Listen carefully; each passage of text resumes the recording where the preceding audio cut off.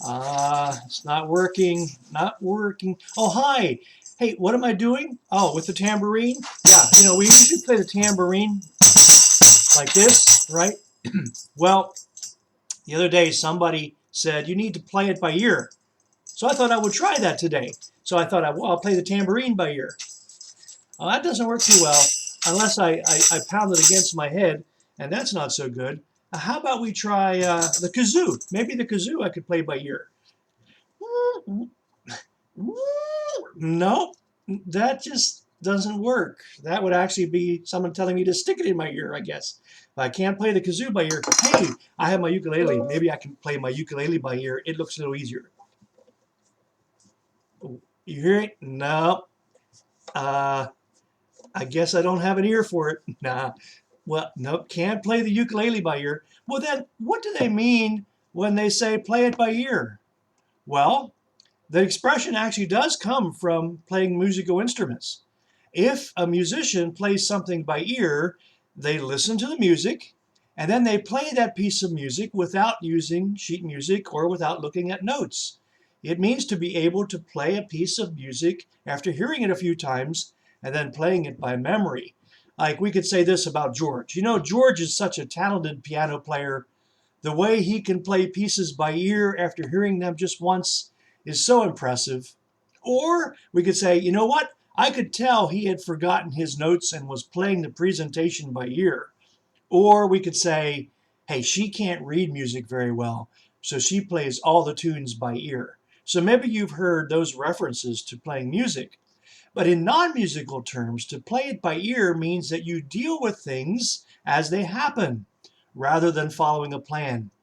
You decide to act in a situation as it happens, and you improvise as you go along, even if it was different than something you had originally thought it would be. We could say this, like, if we go into the meeting unprepared, we're going to have to play everything by ear. Or, hey, Frank, he never prepares his presentations. He always plays things by ear. Or I could say today, you know what? I don't know what will happen next. I'm just going to play it by ear. So, playing it by ear refers to making adjustments as we go. How do you feel about playing it by ear? Is that comfortable for you, or would you struggle with that?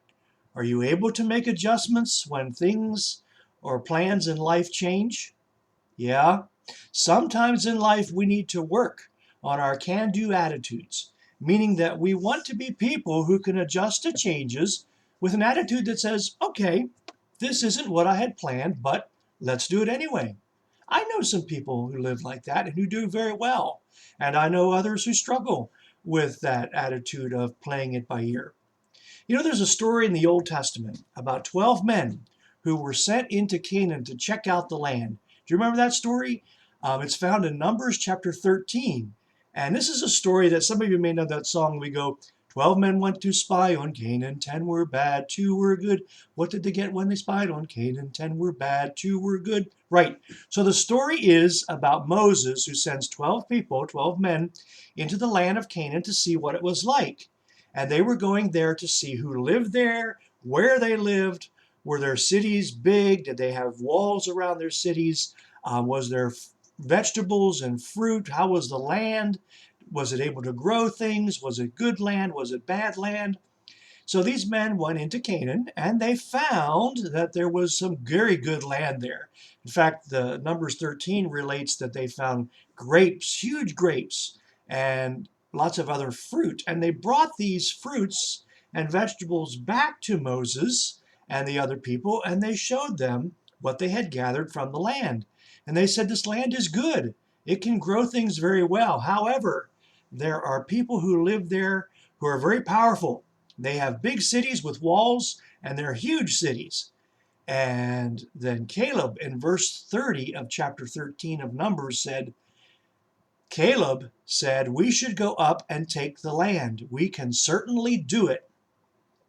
Because these other men had been saying, nah, we can't.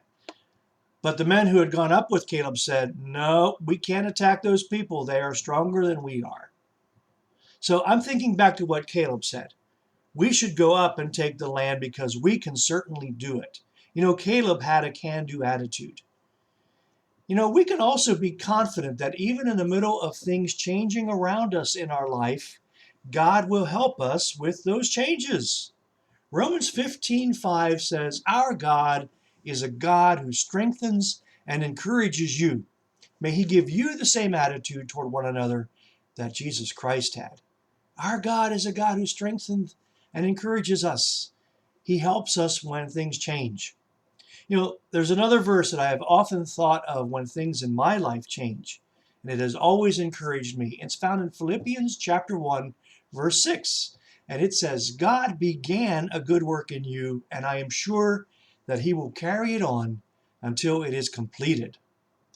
Philippians 4:13 is also another good verse that reminds us that we can do all things through the power of Christ who gives us strength.